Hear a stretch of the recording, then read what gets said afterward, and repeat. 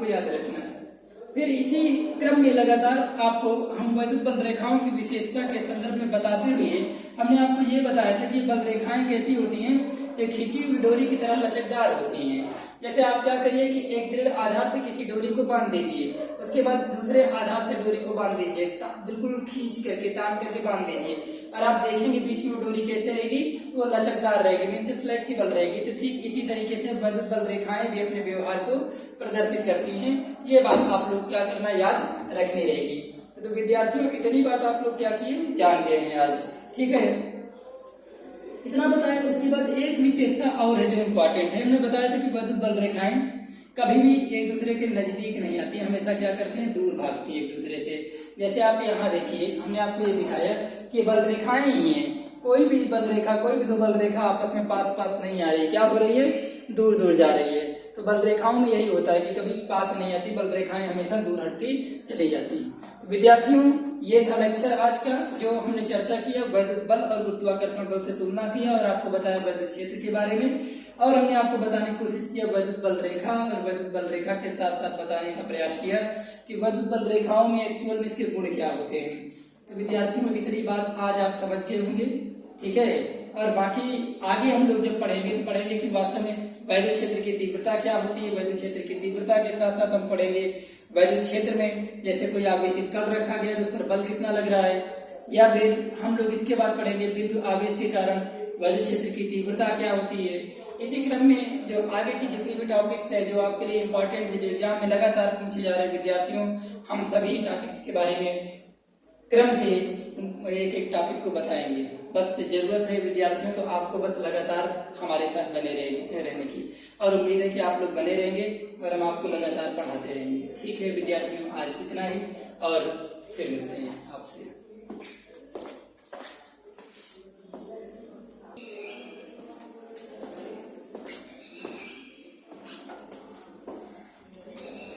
विद्यार्थियों, पिछले टर्म पर हम लोग चर्चा कर रहे थे वैद्युत बल रेखा के बारे में।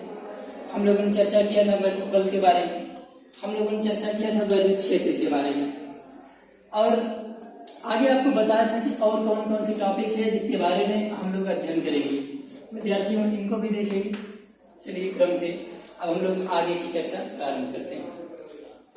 विद्यार्थियों, आज हम जो पहले चर्चा करेंगे वो चर्चा करेंगे वैद्युत क्षेत्र की तीव्रता के संदर्भ में, कि आखिर वैद्युत क्षेत्र की तीव्रता क्या होती है, means intensity of the electric field इसे कहा जाता है। इसके बारे में चर्चा करना हमारे लिए क्या है, आवश्यक है, क्योंकि जब तक हम वैद्युत क्षेत्र की तीव्रता नहीं जान पाएंगे विद्यार्थियों, आगे चल करके अभी हम लोग गाउस की प्रमेय नहीं समझ पाएंगे, और गाउस की प्रमेय के अलावा जो इसमें और सारे अनुप्रयोग हैं, जो इसके एप्लीकेशन हैं, उसे भी हम लोग नहीं जान पाएंगे। इसलिए आप लोग अपने ध्यान को यहाँ केंद्रित करिए, और हम उम्मीद करेंगे कि अच्छा से अच्छा नंबर आपका आए, ठीक है। इसलिए आप लोग क्या करिए, ज्यादा से ज्यादा मेहनत करिए, पढ़ाई करिए, और हम आपके साथ लग करके मेहनत करेंगे, ठीक है विद्यार्थियों। चलिए देखते हैं, तो बात करने चल रहे हैं intensity of the electric field, यानी कि वैद्युत क्षेत्र की तीव्रता के संदर्भ में। और ये वैद्युत क्षेत्र की तीव्रता क्या होती है, इस पर बात कर लेते हैं। वैद्युत क्षेत्र की तीव्रता क्या होता है कि बिंदु, कोई जब मान लीजिए जैसे बिंदु है, और बिंदु पर रखा गया है एक धन परीक्षण आवेश। क्या रखा गया है, धन परीक्षण आवेश। पहले जनरली समझने की कोशिश किया करिए मौखिक रूप से, उससे नहीं आएगा तो हम आपको लिख के बताएंगे, ठीक है। पहले कोशिश ये करिए कि समझ जाइए। तो धन परीक्षण आवेश पर जैसे मान लीजिए बल लगता है, जैसे हम आपको बता दें कि ये कोई एक आवेश है, क्या है, एक आवेश, और यहाँ पर कोई एक धन परीक्षण आवेश है। क्या है, एक धन परीक्षण आवेश, यानी पॉजिटिव टेस्ट चार्ज रखा हुआ है। अब क्या होगा, ये आवेश इस पर क्या करेगा, फोर्स लगाएगा, किसी बल को मापते हैं आखिर ये बल कितना लगाता है, ठीक है ना। याद रखिएगा, धन परीक्षण आवेश पर लगने वाले बल को ही मापते हैं, और यही क्या होती है, वैद्युत क्षेत्र की तीव्रता। मतलब एक जो वैद्युत आवेश है वो धन परीक्षण आवेश पर कितना बल लगाता है, यही बल जो है क्या कहलाता है, वैद्युत क्षेत्र की तीव्रता कहलाता है। केवल इतनी सी बातें हैं जो हमारे लिए अत्यंत आवश्यक हो जाती है, जिसे हमें क्या करना रहता है, समझना रहता है। विद्यार्थियों, एक बार और इसे समझने की कोशिश कर लीजिए। अगर नहीं आता है तो हमारे पास और भी तरीके हैं, हम उनसे आपको समझाने की कोशिश करेंगे।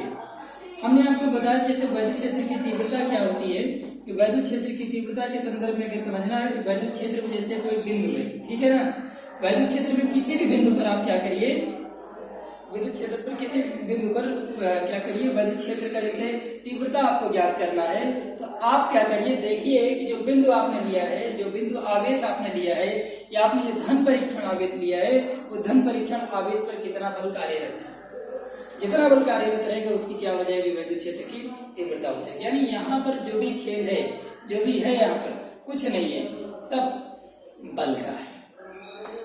डायरेक्ट या इनडायरेक्ट देखा जाए तो कोई और कहानी नहीं है, केवल बल ही है और बल को हमें पूरी तरीके से यहाँ समझना है। तो एक जो जैसे मान लीजिए क्या है कि वैद्युत क्षेत्र में क्या कर रहे हैं हम लोग, एक बिंदु आवेश रख रहे हैं, वैद्युत क्षेत्र है और वैद्युत क्षेत्र में क्या कर रहे हैं, एक बिंदु आवेश रख दे रहे हैं या फिर एक धन परीक्षण आवेश रख दे रहे हैं और उस धन परीक्षण आवेश पर जितना बल कार्यरत होगा वही बल क्या कहलाएगा, तो वही बल कहलाता है वैद्युत क्षेत्र की तीव्रता। ठीक है, अब आप लोग शायद समझ में आया। अब मान लीजिए जैसे एक चार्ज है Q0, क्या है Q0। अब ये Q0 पर क्या होगा विद्यार्थियों, Q0 पर क्या होगा, जैसे ये रखा है कि वैद्युत क्षेत्र में, कहाँ रखा है,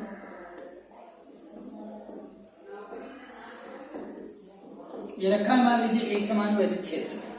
अब अगर ये वैद्युत क्षेत्र में रखा है विद्यार्थियों, थोड़ा ध्यान समझिएगा, अगर ये वैद्युत क्षेत्र में रखा है तो इस पर कोई ना कोई बल जरूर कार्य करेगा। लेकिन अगर हम बात करें एकांक धन परीक्षण आवेश पर लगने वाले बल को, इसी को आप इसके नीचे ला लीजिए। एकांक मतलब यहाँ एक लिखिए, आप ऐसे ट्रिक के तौर पर समझिए, तो यही F/, ये हो जाएगी Q0 और यही F/Q0 क्या होता है, वैद्युत क्षेत्र की तीव्रता हो जाती है विद्यार्थी, क्या हो जाती है, वैद्युत क्षेत्र की तीव्रता हो जाती है। और वैद्युत क्षेत्र की तीव्रता को विद्यार्थियों E से प्रदर्शित किया जाता है, किससे, इसको E से प्रदर्शित करते हैं। याद रखिएगा वैद्युत क्षेत्र की तीव्रता एक सदिश राशि होती है और बल भी क्या है, सदिश राशि। अब आपसे प्रश्न किया जाए कि वैद्युत क्षेत्र की तीव्रता सदिश राशि क्यों होती है, तो आप वो समझिए। जैसे यहाँ पर क्या है कि ये बल है, F का मतलब होता है बल और यहाँ पर Q का मतलब क्या है, आवेश है। ध्यान समझिए, यहाँ पर बल क्या है, एक सदिश राशि, क्या है, सदिश राशि है और आवेश क्या है, एक अदिश राशि है। और सदिश और अदिश का जो भाग होता है, ठीक है, जो अनुपात होता है वो सदैव क्या प्राप्त होता है, सदिश प्राप्त होता है। इसलिए विद्यार्थियों याद रहे जो वैद्युत क्षेत्र की तीव्रता होती है कैसी होती है, ये सदिश राशि होती है। तो सदैव आप लोग इस टॉपिक को याद रखिएगा कि वैद्युत क्षेत्र की तीव्रता क्या होती है, ये सदिश राशि होती है। ये हमारे और आपके लिए क्या होता है, बहुत ही इंपॉर्टेंट होता है और इसी को हमें क्या करना है, समझना है। तो उम्मीद है अब आपको समझ में आया होगा कि वैद्युत क्षेत्र की तीव्रता क्या होती है। हमने सिर्फ एकदम साधारण सी सिंपल सी बात किया कि जैसे एक समान वैद्युत क्षेत्र और इस एक समान वैद्युत क्षेत्र में क्या करिए आप, एक बिंदु पर क्या करिए कि कोई धन परीक्षण आवेश रख दीजिए और इसी धन परीक्षण आवेश पर क्या करिए विद्यार्थियों, देखना है कितना बल लग रहा है। इसी बल को ज्ञात किया जाता है, इसी बल को ज्ञात करते हैं और इसी बल के माध्यम से पता चलता है जितना बल लगेगा वही इसकी क्या हो जाएगी, वैद्युत क्षेत्र की तीव्रता हो जाएगी। हमने आपको बताया वैद्युत क्षेत्र की तीव्रता के संदर्भ में जो फार्मूला होता है E vector equal F vector by Q0 होता है। विद्यार्थियों यहाँ से अगर आप वैद्युत क्षेत्र की तीव्रता का अगर मात्रक निकालना चाहें तो बल का मात्रक होता है न्यूटन और आवेश का मात्रक क्या होता है, कूलाम। तो विद्यार्थियों अगर यहाँ से आप देखो तो क्या हो जाएगा, वैद्युत क्षेत्र की तीव्रता का मात्रक न्यूटन प्रति कूलाम होता है। आपको ये भी याद रखना है। तो वैद्युत क्षेत्र की तीव्रता का व्यंजक क्या होता है विद्यार्थियों, तो E बराबर या E वेक्टर बराबर F वेक्टर अपान Q0 और यहाँ से हम क्या कर सकते हैं, इसका फार्मूला फाइंड आउट कर सकते हैं। तो फार्मूला होता है न्यूटन पर कूलाम, क्या होता है, न्यूटन प्रति कूलाम होता है। कारण क्या है इसका सदिश राशि होने का, वैद्युत क्षेत्र की तीव्रता का सदिश राशि होने के पीछे वजह ये है कि बल क्या होती है, एक सदिश राशि होती है और आवेश जो होता है Q0 क्या है, एक अदिश राशि है और सदिश और अदिश का जब हम भाग करते हैं तो हमेशा क्या प्राप्त होता है, हमको हमेशा एक सदिश राशि प्राप्त होती है। इसलिए वैद्युत क्षेत्र की तीव्रता विद्यार्थियों क्या होती है, सदिश राशि होती है। बात इतनी शायद समझ में आ गई होगी। इसके बाद अगर हम बात करें इसकी दिशा के बारे में तो विद्यार्थियों इसकी दिशा सदैव वही होगी जिस दिशा में क्या होगा, बल लगेगा। जिधर बल लगेगा उधर ये क्या करेगा, चलना प्रारंभ करेगा। आपको पहले भी इन बातों से हम क्या कर चुके हैं, आपको रूबरू करा चुके हैं। चलिए अब आगे समझ लेते हैं थोड़ा सा इसके बाद कि जैसे मान लीजिए एक समान वैद्युत क्षेत्र है या वैद्युत क्षेत्र है, तो उसमें कोई आवेशित कण रखा गया है, उस आवेशित कण पर कितना बल लग रहा है, इसके बारे में थोड़ा सा हमको समझना क्या हो जाता है, आवश्यक हो जाता है। इसके बारे में भी हम लोग देखेंगे।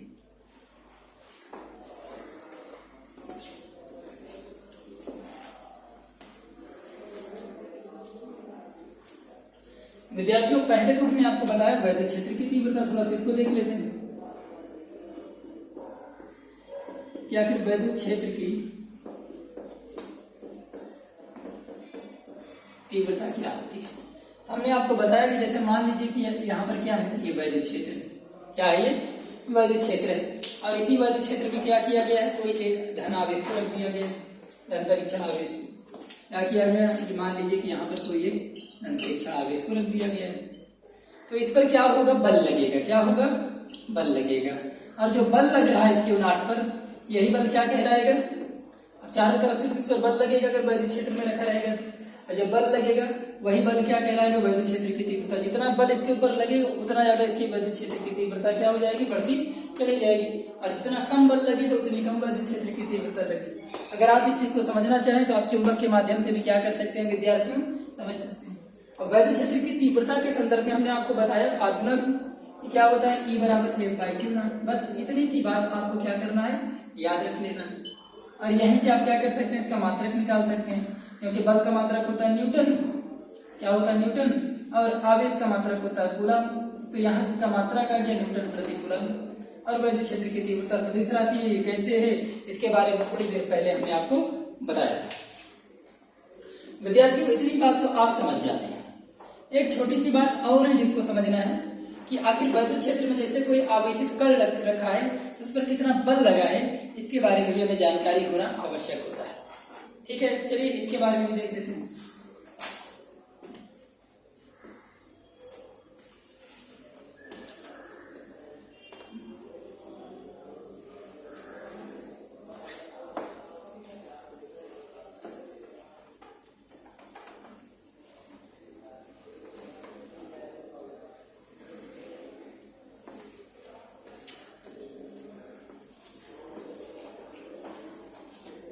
चलिए समझते हैं इसमें क्या है हेडिंग।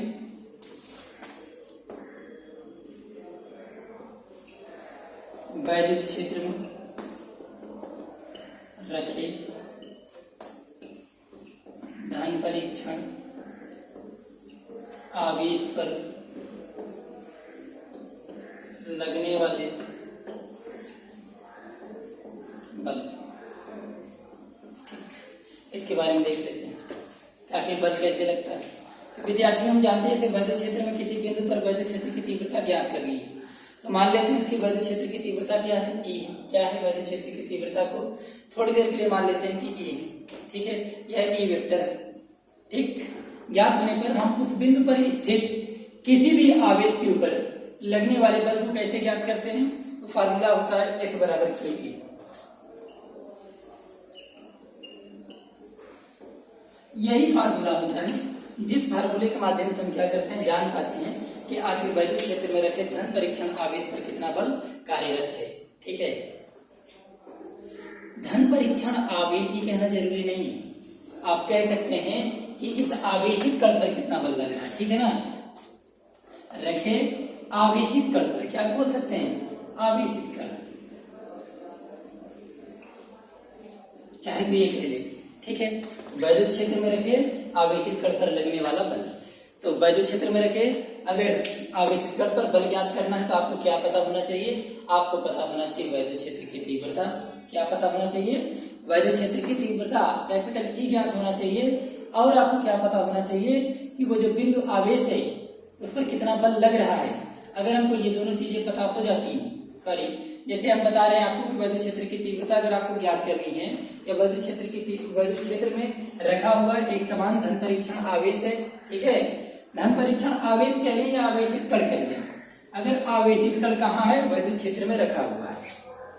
कहाँ रखा है, वैद्युत क्षेत्र में रखा हुआ है। वैद्युत क्षेत्र में अगर आवेशित कण रखा हुआ है तो आपको पता है कि इसकी तीव्रता क्या होगी, E हो जाएगी। ठीक है, लेकिन हमें क्या ज्ञात करना है, हमें ज्ञात करना है एफ। तो एफ जब ज्ञात करना तो आप क्या करेंगे, ये क्यू लिखेंगे आवेश को, और क्या लिखेंगे, वैद्युत क्षेत्र की तीव्रता। तो इन्हीं दोनों के गुणनफल को हम क्या कह देंगे, वैद्युत क्षेत्र में रखे धन परीक्षण आवेश पर लगने वाला बल।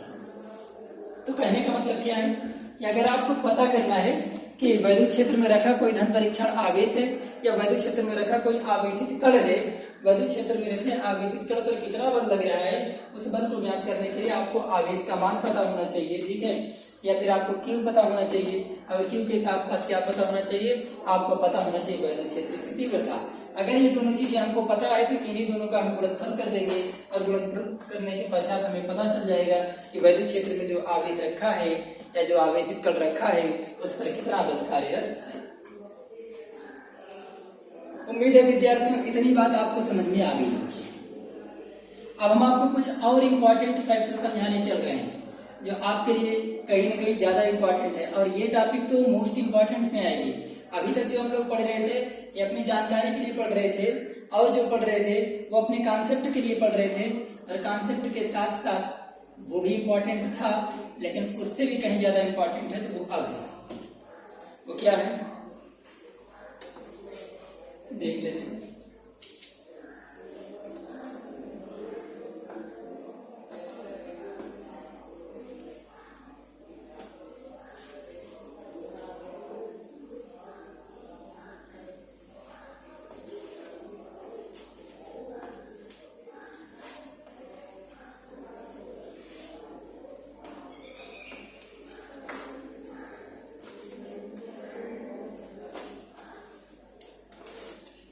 किसी बिंदु आवेश के कारण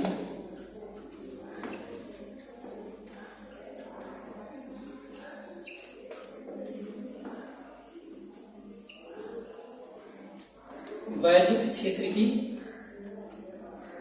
तीव्रता। विद्यार्थियों क्या पता करना है, कोई बिंदु आवेश है और इस बिंदु आवेश के कारण वैद्युत क्षेत्र की तीव्रता कैसे ज्ञात की जाती है, ठीक है, या फिर इसका व्यंजक क्या होता है, एग्जाम में हमसे ये भी पूछा जाता है, ठीक है। मान लीजिए यहाँ पर क्या है, कोई एक चार्ज रखा हो थोड़ी दूरी पर, मान लीजिए r दूरी हो, और यहाँ पर भी क्या रखा हुआ है, एक चार्ज रखा हुआ है, ठीक। मान लीजिए Q और ये क्या है विद्यार्थी, Q0, ये पॉइंट O है और ये पॉइंट E है, ठीक है। और बीच की अगर दूरी की बात किया जाए तो वो क्या है, r। आपको पता है लगने वाला बल तो हमेशा ऐसे ही रहेगा, ठीक, बल इधर चल रहा है इस तरीके से। तो विद्यार्थियों अभी तक हमने क्या किया, कुछ नहीं आपको बताया कि मान लेते हैं कि आवेश है, और आवेश कैसे है इसके बारे में भी आपको बताया कि एक पॉइंट है O और O पर एक चार्ज है Q प्लस Q है, और एक दूसरा पॉइंट है R दूरी पर, उसको कह रहे हैं P, और इस P पर क्या है, Q0 है। और आप इसकी दिशा देख रहे हैं धनात्मक से, इधर देखिए आगे बढ़ने पर इधर ये दिशा है, ठीक है, यानी Q से Q0 की तरफ इसकी क्या है डायरेक्शन, अर्थात ये क्या है परिमाण में कहीं ना कहीं ज्यादा होगा। इतनी बात क्लियर है। अब आपको क्या करना है, हम लोग क्या करेंगे, जैसे हम पता करना चाहते हैं कि आखिर वैद्युत क्षेत्र की तीव्रता कैसे फाइंड आउट की जाती है।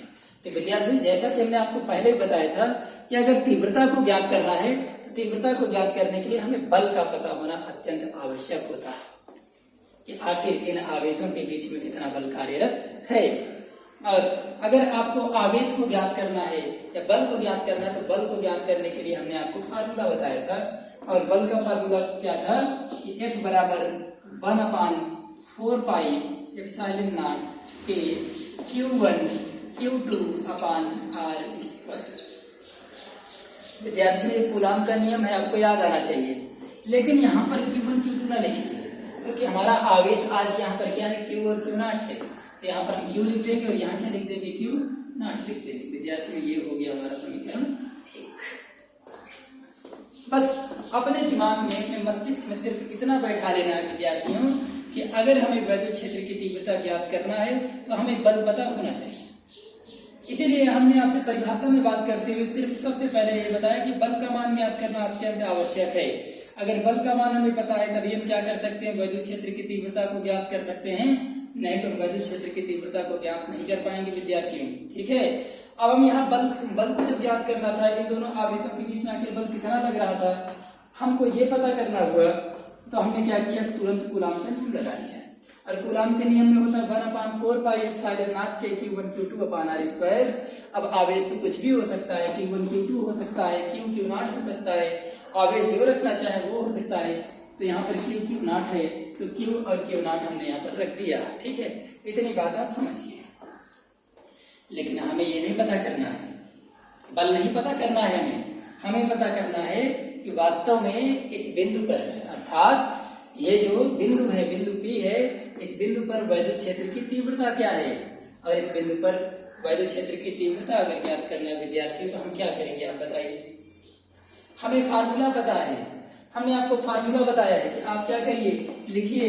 एक फार्मूला होता है वैद्युत क्षेत्र की तीव्रता का, E बराबर F/Q0 होता है। क्या होता है, E बराबर F/Q0 होता है विद्यार्थियों। तो हम क्या करेंगे, अब अगले स्टेप पे हमको E फाइंड आउट करना है, वैद्युत क्षेत्र की तीव्रता ज्ञात करना है। हम लोग कुछ नहीं करेंगे, इसी पूरे मान को यहाँ पर उठा के रख देंगे। ये मान लीजिए समीकरण 2 है। क्या है ये, समीकरण 2 है विद्यार्थियों। अब क्या करेंगे, थोड़ा सा चित्र मिटा रहे हैं, देखिएगा ध्यान से। अब हम समीकरण 1 से F का मान को क्या करेंगे, समीकरण 2 में रख देंगे। आप लिखेंगे कि समीकरण 1 से F का मान समीकरण 2 में रखने पर विद्यार्थी जो परिभाषा होगी ना, परिभाषा में से मौखिक रूप से बोल देंगे, आप समझ जाएंगे।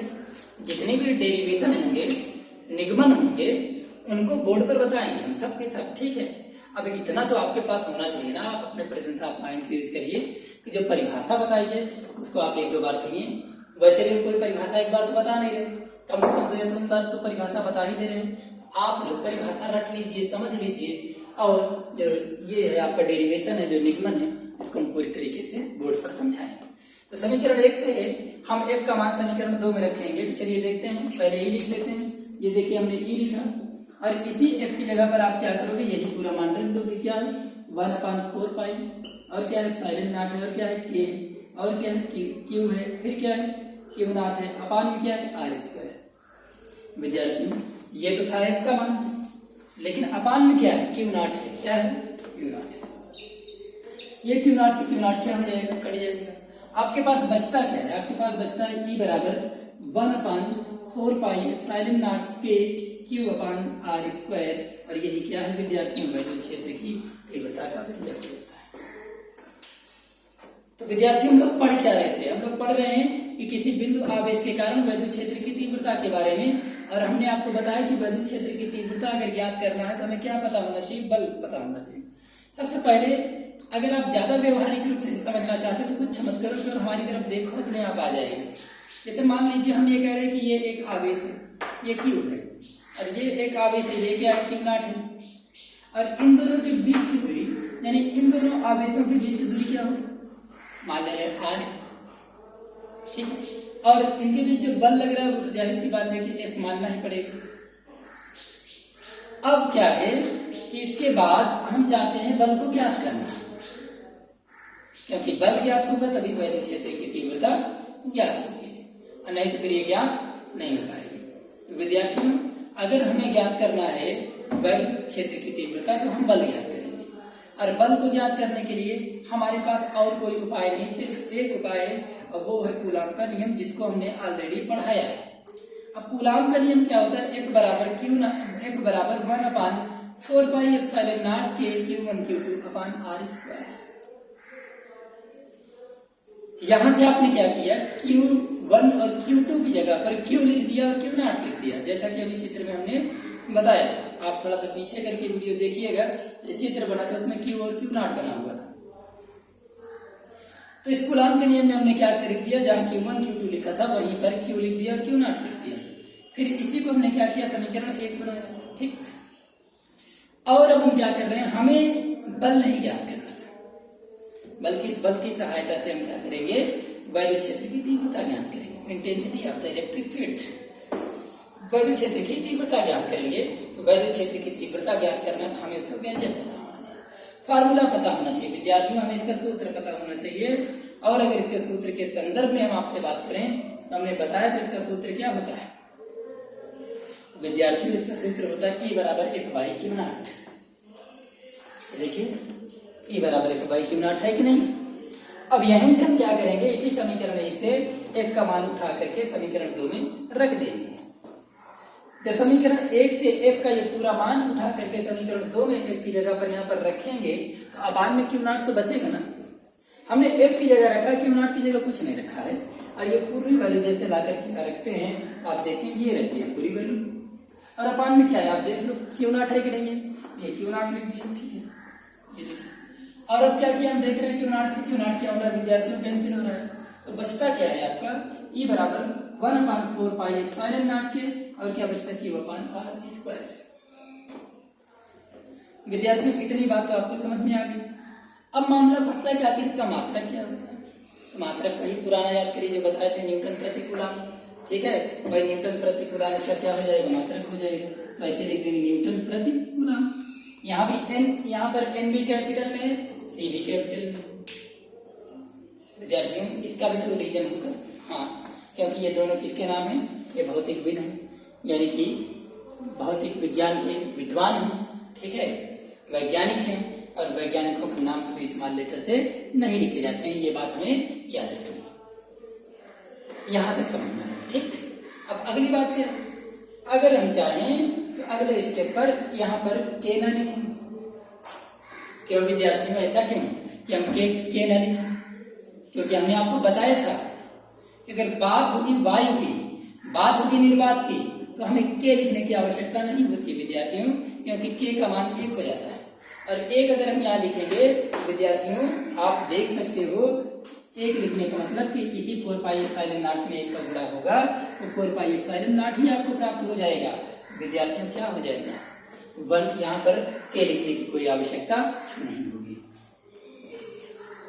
हमें उम्मीद है कि विद्यार्थियों जितनी बातें हमने आपको समझाई है ये सभी बातें आप लोग समझ गए होंगे।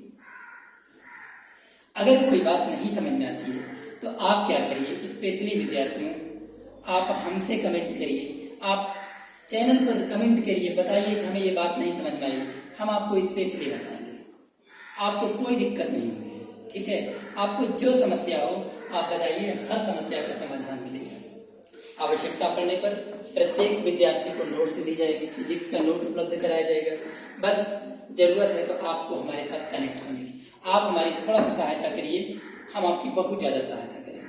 सहायता सिर्फ इतनी करना है कि आप क्या करिए, आप इस चैनल को ज्यादा से ज्यादा शेयर करिए। देखिए विद्यार्थियों हम आपके साथ इतना कुछ करेंगे, कोई नहीं कर सकता आपके साथ।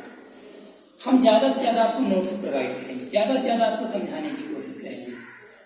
जो भी इंपॉर्टेंट चीजें हैं, जो भी एग्जाम में लगातार हर वर्ष पूछी जा रही है, उन टॉपिक्स को बार बार बताएंगे, उस पर नोट्स देंगे, उनकी ट्रिक्स भी बताएंगे कि आखिर इनको कैसे याद किया जाए, कैसे समझा जाए, कब पढ़ा जाए, सारी विधियों के बारे में आपसे चर्चा करेंगे। विद्यार्थियों बस इतना ही है कि आप इसे बहुत कुछ ना समझ लीजिएगा, बस छोटी छोटी चीजें इसमें, और इन्हीं पे अपने ध्यान को सिर्फ केंद्रित कर लीजिए, ये सारी की सारी चीजें आपको समझ में आने लगेंगी। तो विद्यार्थियों आज हम लोग चर्चा कर रहे थे कि क्या होता है वैद्युत क्षेत्र की तीव्रता। सबसे पहले हम लोगों ने चर्चा किया था वैद्युत क्षेत्र की तीव्रता के बारे में आज, और वैद्युत क्षेत्र की तीव्रता में हमने आपको बताया था अगर वैद्युत क्षेत्र की तीव्रता हमें ज्ञात करनी है तो हमें बल पता होना चाहिए विद्यार्थियों। जैसे यहाँ जहाँ हम खड़े हैं, अगर यहाँ पर क्या करते हैं वैद्युत क्षेत्र रहे, और इसी वैद्युत क्षेत्र पर एक क्या रख दे, बिंदु आवेश रख दे, और बिंदु आवेश जैसे ही रख देंगे ना विद्यार्थियों, तुरंत क्या होगा, इस पर बल कार्य करने लगेगा। जितना इस पर बल कार्यरत है विद्यार्थियों, यही बल क्या हो जाएगा, यही बल इसकी क्या हो जाएगी, वैद्युत क्षेत्र की तीव्रता हो जाएगी। यानी ये वैद्युत क्षेत्र बिंदु आवेश पर जितना ज्यादा से ज्यादा बल लगाएगा उतना ज्यादा क्या हो जाएगी, वैद्युत क्षेत्र की तीव्रता हो जाएगी, और जितना कम बल लगाएगा उतना कम वैद्युत क्षेत्र की तीव्रता हो जाएगी। तो विद्यार्थियों अगर हम बात करें तो निष्कर्षतः सिर्फ इतना ये में प्राप्त होता है कि सब कुछ डिपेंड करता है बल पर। कि अगर बल ज्यादा है तो वैद्युत क्षेत्र ज्यादा होगी, और बल कम होगा तो वैद्युत क्षेत्र की तीव्रता भी कम होगी। तो वैद्युत क्षेत्र की तीव्रता बल से है, बल नहीं तो वैद्युत क्षेत्र की तीव्रता नहीं। तो विद्यार्थियों, इसी के बारे में बात करते हुए हम लोग थोड़ा सा रिवाइज कर रहे हैं। एक बार रिवाइज कर लेते हैं, फिर आगे बढ़ेंगे। थोड़ा थोड़ा करके पढ़ेंगे, बहुत ज्यादा सिलेबस तो है नहीं, इसलिए आपको तो खुश होना चाहिए। अब बहुत कम सिलेबस है, बहुत कम पढ़ना है, और बहुत आसानी से हम लोग अध्ययन कर लेंगे, हमारा सिलेबस भी समाप्त हो जाएगा, और पूरा सिलेबस पढ़ करके खत्म कर लेंगे, रट लेंगे, कोई दिक्कत अब नहीं होगी। विद्यार्थियों, हमने आपको बताया था अभी आपको वैद्युत क्षेत्र की तीव्रता के बारे में, कि वैद्युत क्षेत्र की तीव्रता पूरा पूरा किस पर निर्भर करेगा, बल पर निर्भर करेगा। जितना ज्यादा बल उतना ज्यादा वैद्युत क्षेत्र की तीव्रता हो जाएगी। और इसी वैद्युत क्षेत्र की तीव्रता के संदर्भ में ही हम आपसे बात कर रहे थे, और आपको बताया था कि वैद्युत क्षेत्र की तीव्रता अगर ज्ञात करना है तो मान लेते हैं कि जो कण है, जो बिंदु आवेश है, और इस बिंदु आवेश पर वैद्युत क्षेत्र की तीव्रता कितनी है, वैद्युत क्षेत्र की तीव्रता मान लेते हैं थोड़ी देर के लिए, हमें ज्ञात करनी है, पता नहीं, ठीक। तो बल कितना, तो बल को हम क्या मान लेंगे, F मान लेंगे। क्या मान लेंगे, F मान लेंगे। तो बल को जब F मान लेंगे, आवेश मानते हैं क्या है, Q0 है, और बल लग रहा है F। हमें क्या पता करना है, वैद्युत क्षेत्र की तीव्रता, इसी को इसके नीचे ला दो, F by Q0। बस यही क्या हो जाएगा, वैद्युत क्षेत्र की तीव्रता हो जाएगी। देखिए, वैद्युत क्षेत्र की तीव्रता जहाँ है वहीं क्या है, बल है। तो बल है तभी वैद्युत क्षेत्र की तीव्रता है, अगर बल नहीं तो वैद्युत क्षेत्र की तीव्रता नहीं रहेगी, ठीक। तो ये बात आपको उम्मीद है पूरी तरीके से क्लियर हो गई। अब इसी के बाद हमने आपको एक बात और समझाई थी, और क्या इंपॉर्टेंट फैक्टर है विद्यार्थी, देख लीजिए। हम बता रहे थे बिंदु आवेश के कारण वैद्युत क्षेत्र की तीव्रता के बारे में, कि आखिर बिंदु आवेश के कारण वैद्युत क्षेत्र की तीव्रता कैसे ज्ञात होती है।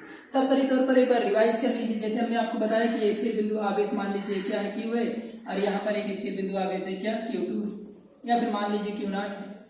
अब यहाँ पर बीच की दूरी को हम R मान लीजिए, क्या मान लीजिए, ये मान लीजिए O है, ये मान लीजिए P है, बल इधर की तरफ लग रहा है। तो विद्यार्थी, हमें पता करना है अगर वैद्युत क्षेत्र की तीव्रता E, तो हमें पहले पता होना चाहिए बल, और बल पता करना है तो हम क्या करेंगे, फार्मूला लगाएंगे कूलाम का नियम का। कूलाम का नियम होता है 1/4πε0 के, और क्या होता है, Q1 Q2 होता है अपान R²। लेकिन हमें क्या करना है, Q1 Q2 नहीं लिखना है यहाँ पर, क्योंकि यहाँ पर Q1 Q2 की जगह पर Q है और Q0 है, ठीक है। अब विद्यार्थियों, आगे इसमें देख लेते हैं क्या हमें ज्ञात करना है, वैद्युत क्षेत्र की तीव्रता फार्मूला होता है F by Q0।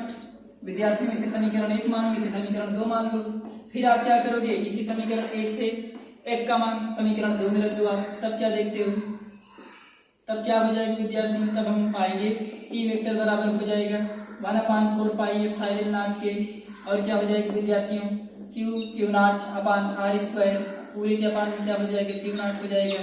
इससे क्या हो गया, कैंसिल हो गया। तो विद्यार्थियों बचा क्या, 1/4πε0 के Q अपान R²। ये क्या हो गया आपका, ये वैद्युत क्षेत्र की तीव्रता का व्यंजक